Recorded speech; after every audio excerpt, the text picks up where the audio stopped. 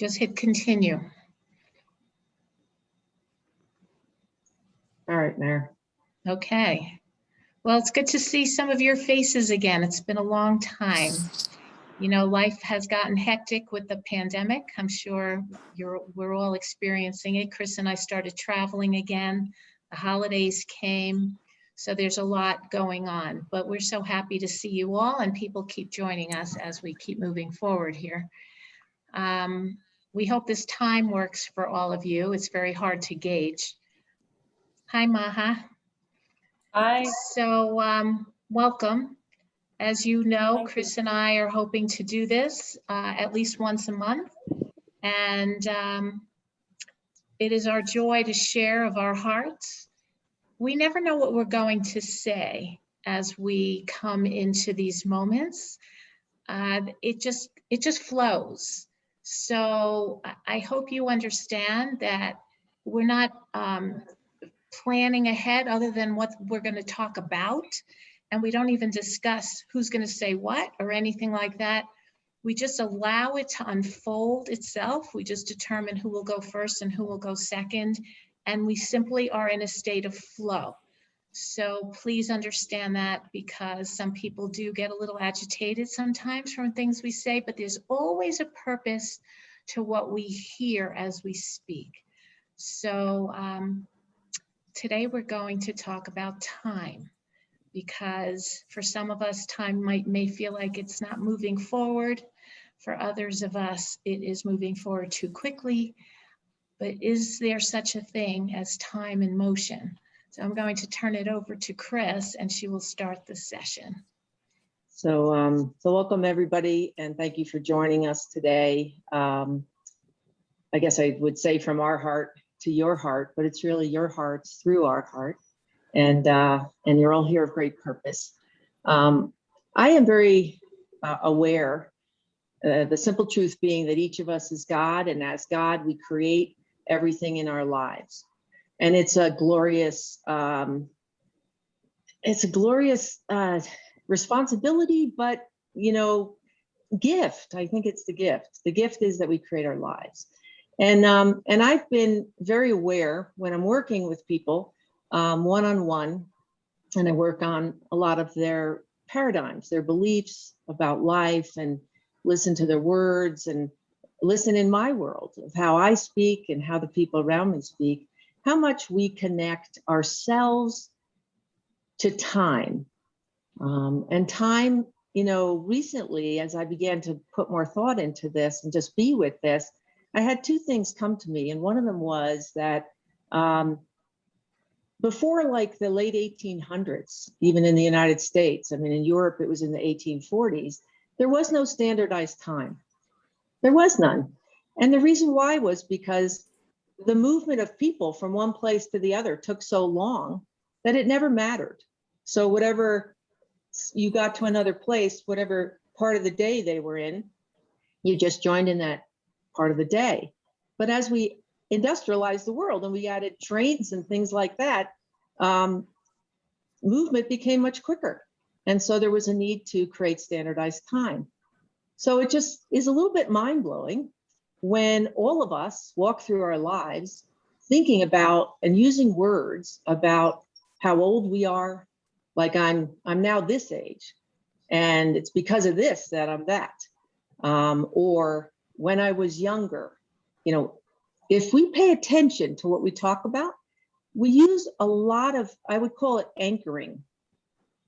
And we anchor ourselves to a time frame that we then have and carry a set of beliefs about.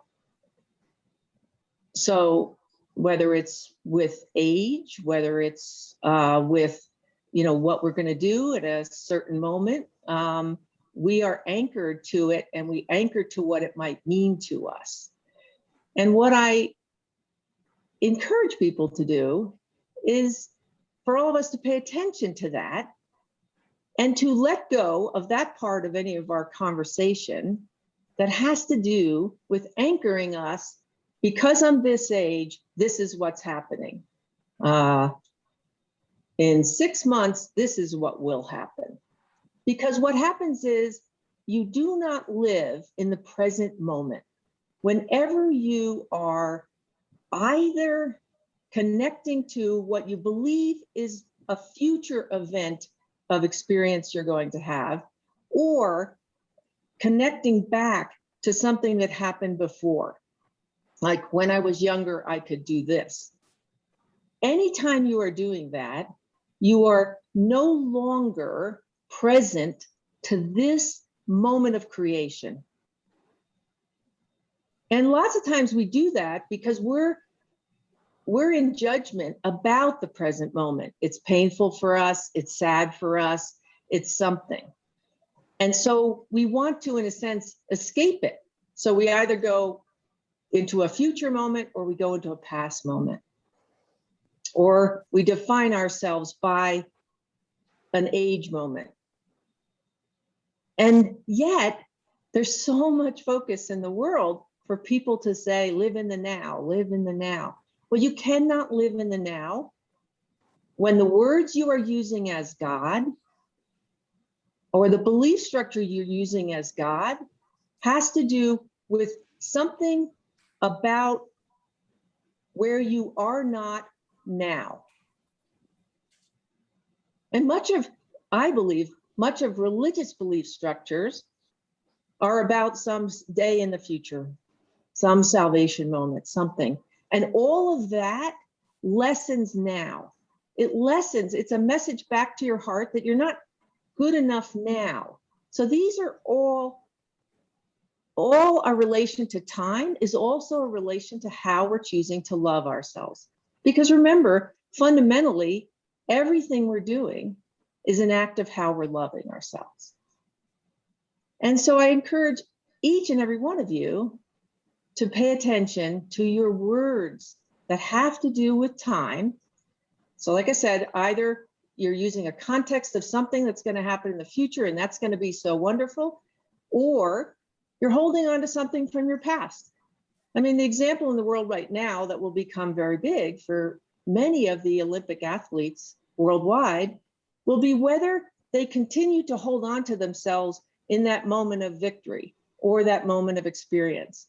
And whether we're Olympic athletes or not, we have moments like that. And sometimes we anchor ourselves to those because everything since then we see as less. Instead of, that's a wonderful moment of expression of you. And so is this one. Until you're ready, when you change it, so is what you will perceive as the next one. So I want to read one of the sharings from The Simple Truth About God that I've always loved. It's about time. And it's so beautiful. For those of you who haven't read The Simple Truth About God, you may not have read it yet. So I'm going to read it. It's in the life and death section. And it is an old Asian man in robes that appeared to me. And he says, I am of all time. I am the river. I am the wind. I am the air. I am. You are too. Time is endless and momentary.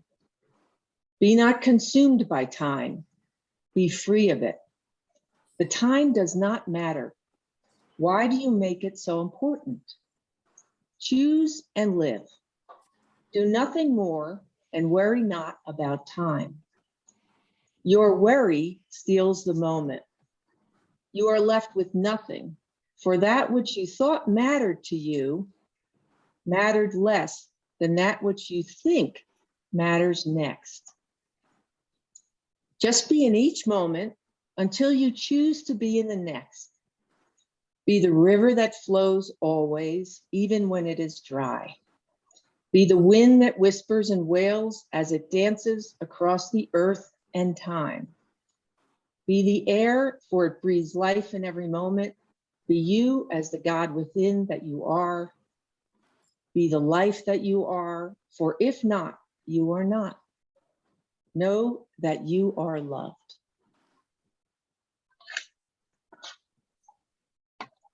That is unbelievably beautiful.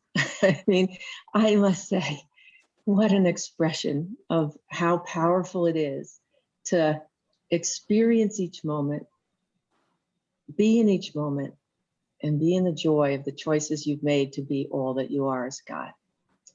I'm going to give it to Marilyn now. Well, that was beautiful, Chris. Thank you. As most of you know, I have young grandchildren. I find children are the perfect example of living in the moment. If you have children or grandchildren in your world, especially the little ones, not as we get older, we get caught up in time, but the little ones, if you were to say, when I asked my granddaughter, what did you do at camp today? I don't remember. Because the truth is there's no child that'll come home and talk about all the things they've done, because the truth is they did it then, and now they're doing what they're doing now. And it is fascinating because as adults, we get a little frustrated thinking that, well, they just don't tell me anything. But I have 3 grandchildren and they're the same. And I know that my children did the same thing. And I do believe that this is just that moment in childhood where we are so innocent and so unaware of the passage of time that we are just living in the moment. I don't want to go to bed because I'm playing with my puzzle right now and I don't want to let it go. You know, I don't want to do this because I'm busy doing this. They don't know how to move forward. And we as adults are always planning. Now, should we not plan? Don't confuse planning and living in the moment as two, as you know, conflicting items. The truth is you live in the moment by knowing that you have made plans. Let's talk about financial plans, which is an issue for most people. You are putting your processes to work, but then you have to let it go. You have to know that that is happening and that will continue to happen because there is no time. It'll just, you know, flow the way it's meant to. And in this moment, you make this moment's choice. It is fascinating to me, even myself, worrying about my future when I have no control over it unless I plan for it and then let it go. And I know that it is a challenge for most of us as human beings. We are so complex. Our brains are constantly moving. But when we let our heart lead us, we take that deep breath and we go into a quiet place and we know all is well. I am here. Everything is peaceful. And we allow that moment to be all moments. I live myself with one foot in the spiritual and one foot in the physical, and we all do. And sometimes it's challenging because the physical is always kind of banging on the door, but the spiritual is the eternity of self. And if we allow ourselves to be in that moment of eternity, the physical will keep knocking, but it will not create the angst. It will not create the agitation. It will allow itself to unfold peacefully because we know who we are in all moments, because all moments is one moment, just as all is one. So yeah, we have that. We have that shift, that rift, if you would, but we can choose to attack every physical moment in the peace of the spiritual truth of the magnificence of our choices, of our heart, of our love. And then time doesn't matter because then you are living in the moment of peace that is here always. You just have to find it and remember it.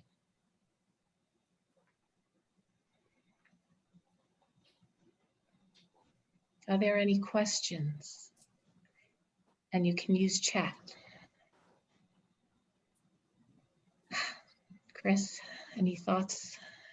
Does anyone think it's unusual that the Olympics are 2020 and we're living what we as a standardized way of living are calling 2021. I really think it's valuable for everybody to just recognize that the way we use time is very much the way we measure pancake mix in the morning. You know, someone said, if you put a cup of this in and a half a cup of that, you know, it'll come out tasting good, you know, and time is like that too. It's only meant to help us. We've chosen it here on Earth to help us structure our interactions. And that's what happened when the trains came along. They had 20 different time zones in one area of the United States. So they had to standardize it. That's all it was. It's not more than that, but we've made it more than that. And we use it to do more than it's designed to do. So that's what I'm encouraging you all to look at is, how do you relate to time right now? What role does it play in your thinking, not only about your day? In other words, the sense that, oh, I've got to get home because it's going to be 6 o'clock. I have to be there. Even though, like Marilyn was saying, a child who doesn't, until we teach them this, doesn't relate to their choices relative to a clock. They are a more pure form of living from their heart because they just can, right, in a certain way. But we also limit ourselves because we use these structures in order, I guess they give us some sense of calm in life, you know, to know that I'm going to do this at this hour and then this, and then I get to go home and then I do that. But they also limit us because there's these experiences we've created that might be filled with joy, and they could go on and continue, but we say, no, I have to be here at 6 o'clock because that's when I eat dinner and this is what I do. So I really encourage everybody to just to be very aware of your day, be very aware of how you think about it, be aware of how you talk about it, because remember, we create everything 3 ways: with our beliefs, with our words, and then with our actions. So those are the 3 things to look at to understand how you are relating right now to time and how it may be limiting your experiences. I mean, well, you've created some great experience, but you feel like I have to leave, can't stay. I have to be in bed by this time, or I have to do whatever. So I just think we can free ourselves and enjoy the moments we create fully. It's like having a meal where you're tasting something delicious and you don't want it to end. That's what life, you know, that's what life can be if we are just so present to each moment we created. And then just let go, like Marilyn said, and let it become, your heart will create for you, your heart, the next moment, and just be present to that. What's happening in it? How does it feel? Acknowledge it. That's another thing to do to keep yourself very present, is make sure you acknowledge something in that moment. You know, it will help you be right where you are. We did get a question. The question is, do you mean we have to do the homework but not to control our future planning? That is exactly what I mean. Let's talk about finance, because that is a big issue. Let's say you have money invested, let's say in the stock market, so that it would grow. If it brings you joy to check on it once a week, once a day, whatever, do it. If it agitates you, then make a choice to just let it sit. It's a very interesting thing, but planning should be something that is purposeful and peaceful at the same time. You can't change what you will experience except in this moment by these choices. Because, well, let's face it, did any of us foresee the pandemic? Life just happens. And the day before, we were all told to isolate, to wear masks when outside. Some countries were not even allowed to leave their homes at all. the day before was just the ordinariness of life. How are you living in that day? Were you enjoying your freedom? Were you appreciating the air that now we can't breathe without a mask on our faces? You know, things will happen, but then as we move into a challenge like the pandemic, how are we personally experiencing it?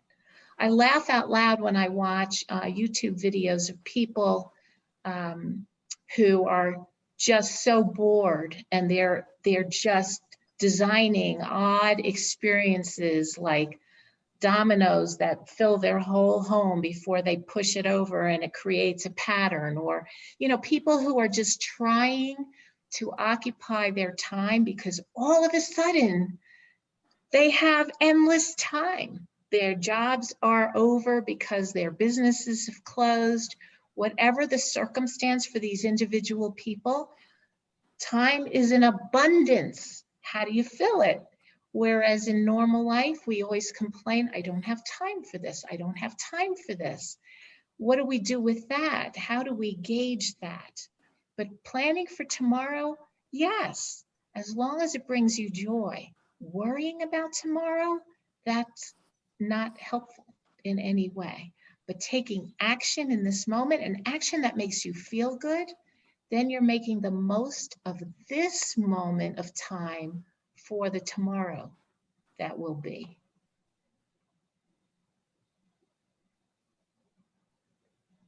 No thoughts? I mean, that's one of the classic expressions. I don't have time. I don't have time for, you ever heard a parent with a child? I don't have time for this. I don't have time for you to do this. You know, just think of the power of the word and the power for the heart. Because remember, everything you say, every choice you make is felt in your heart. Doesn't matter that you're talking to your child, doesn't matter that you're talking to a coworker. It's going to be felt in the expression of your heart and your life. So, and remember, you are the director of your heart.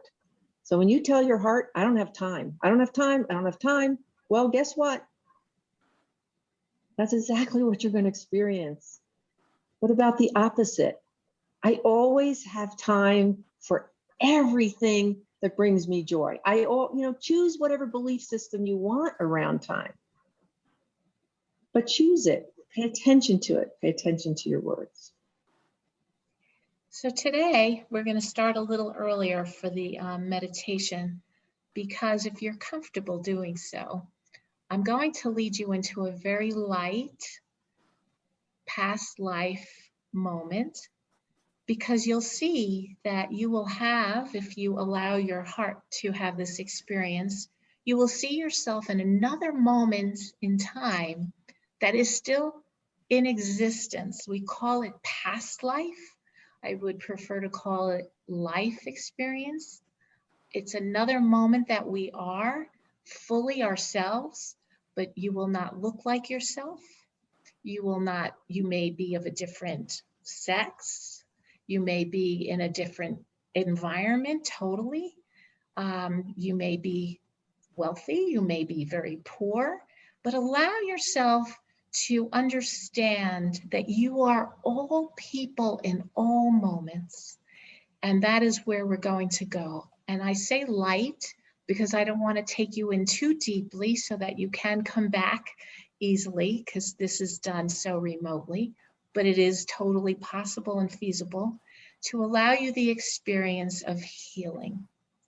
So I'm going to ask each of you to make sure you're muted, and we will begin. Turn on some music here.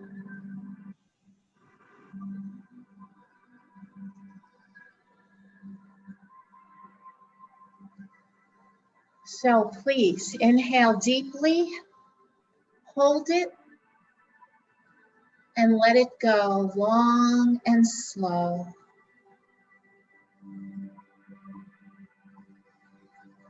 And again, inhale deeply, as deep as you can. Hold it and let it go long and slow. And finally, one more time, a deep inhalation. And as you release your breath, let go of every thought of this moment so that you have all moments in your heart.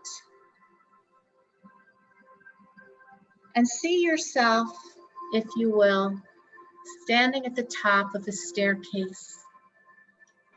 We are going to go down into the ground, into a train station that runs underground. So together we are going to go down. We will take each step together, one step at a time. 1, 2, 3. And feel yourself letting go more and more and continue going down. 5, 6, and the time doesn't exist, and you're coming down. 7, 8, and when we get to 10, you will be on a train platform. 9, 10. And as you stand there, look around and notice a train pulling into the station. The train can be whatever you see it to be. It could be an old-fashioned locomotive. It could be modern and sleek in design. Design your train and feel it enter the station and come to a stop. And bring yourself to stand before the doorway of the train as it is about to let you in. And on the count of 3, the doors will suddenly open and you will take a step up into the train. 1, 2, 3.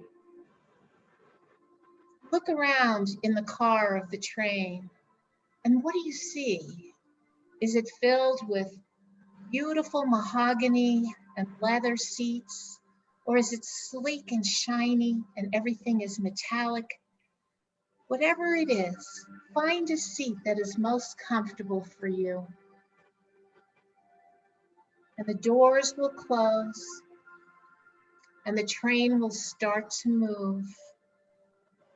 And the train will move faster and faster and faster, taking you through time and space where time does not exist. And the train travels faster and faster, and you will find that it is taking you to another moment in time, another moment of your existence. You do not know where it will be and what will be. And the train begins to slow down. And I ask each of you now to bring to mind, as the train slows down, an issue that you are dealing with that you would like to resolve. And perhaps you will find the source of that issue and it will release it for you. Bring that to mind and heart, and the train slows down. And get up off the seat and stand before the door. And when I count to 3, the door will open, and you will not recognize your environment, but you will feel safe. On the count of 3, the doors open and you step one step down out of the train. And I invite you to look around. What do you see? Is it vast desert, or in the woods, or in a small town, or in a big city? Look down at yourself. How are you dressed? Are you wearing shoes or sandals, or are you barefoot? Are you male or are you female? Feel yourself in this environment. Do you have bags with you? Is someone there to meet you? Is it warm or is it cold? Be in the environment of this moment, for this is a true experience of another moment of all that you are. And imagine that someone is here to meet you. You recognize this person. It is someone that you know from this lifetime who has been with you before. They also may look different. They may look totally different, but you will recognize them by their heart, their soul, and look deeply into their eyes. What sounds are around you? Where are they bringing you? Let them lead you to wherever it is you need to go. Perhaps they will bring you to a home where you have lived, or a new home that you've never been to. Perhaps they will bring you to a field or to an office environment if that is the time and place, or even into a tent. For many of us have had lifetimes in the Middle East. Where are you? And look around. What is the environment you are in? Are you comfortable here? Does it agitate you? How do you feel? It did call forth that we would be at peace during this time. So feel the peace, for you are safe in this moment. And call forth the person you are here to meet with, whether it is the first person who met you at the train station or someone else. Call them forth. And when they appear, ask them, why am I here? And what am I to learn? And I will be quiet.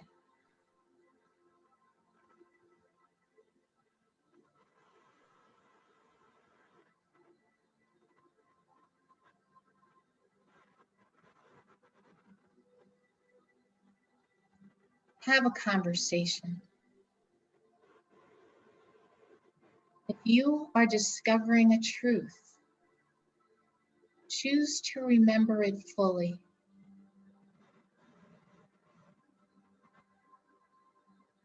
If you are releasing an energy, release it now. If you are here just to remember a moment of union with a person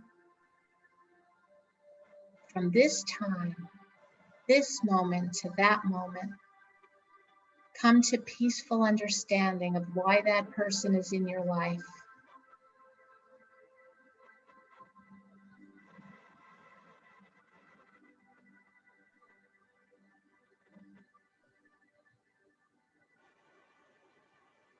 Feel peaceful. And look at that lifetime and choose to remember who you were and what your life brought you. How old were you when you passed? Were you ill or healthy? Were you wealthy or were you struggling? Were you a healer or were you a king? You could be anything. But it is a truth that we are all things in all moments.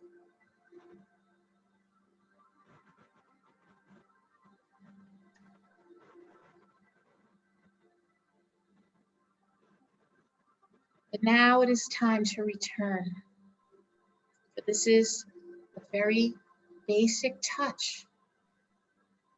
And I invite you to return to the train station where you are. However you got to where you or take it, return the same way. Whether you have luggage or not, bring it with you, or leave it behind if you so choose. And feel the train rumbling along the tracks, coming closer and closer to the station.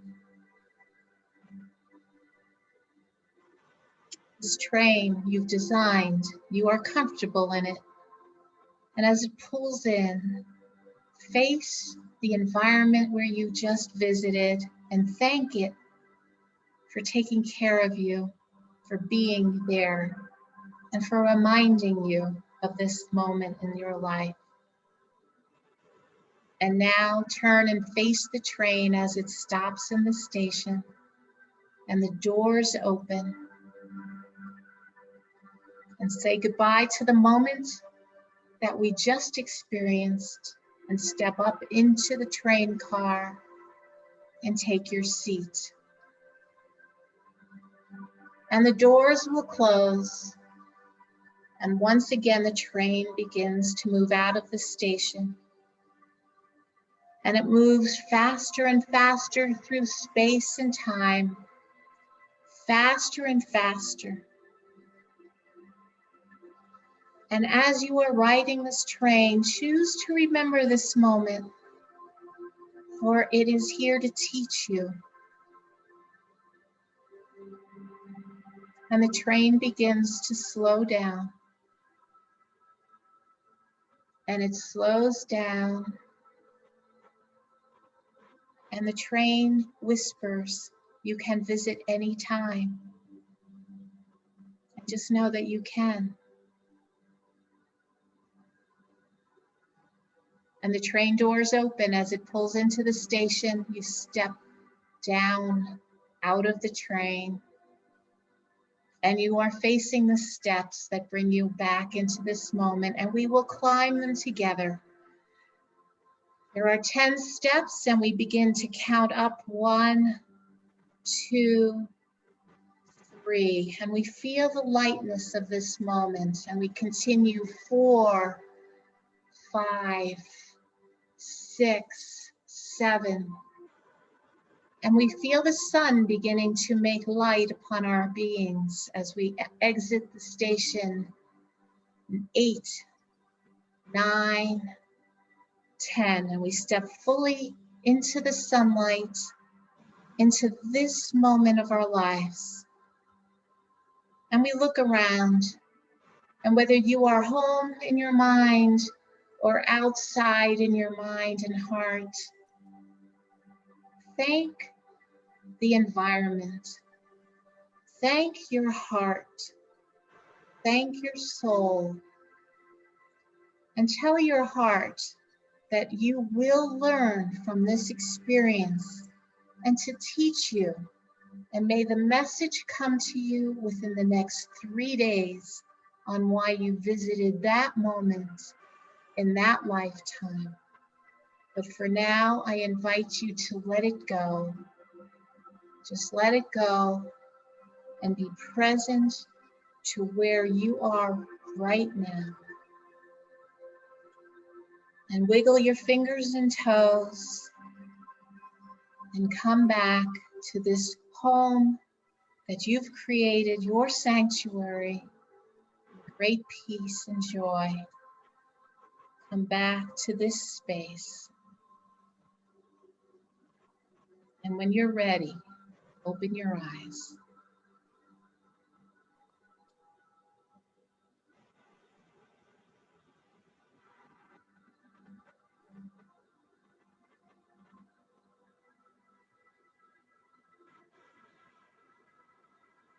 Open your eyes so I know you're back with us.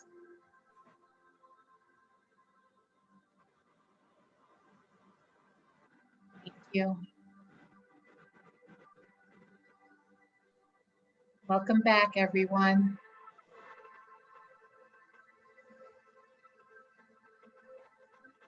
Just understand that when someone does past life regression, There's a constant communication to help guide you through it. It is a powerful way to experience root causes for emotions that are unchecked, that emotions that you can't seem to get a handle on. If you know someone who does it where you are, you can do it in person. It can be done this way. I've done it. And it is a beautiful form of healing if you're willing to go deep into the truth of who you are in this moment and in all moments, for they are all one. And Chris and I, with open hearts, thank you for joining us today. And we wish those of you who are going to bed a good night, and the rest of us starting our day a great day. Thank you for being here. We will see you soon. Thank you. Thank you very much. Thank you. Thank you.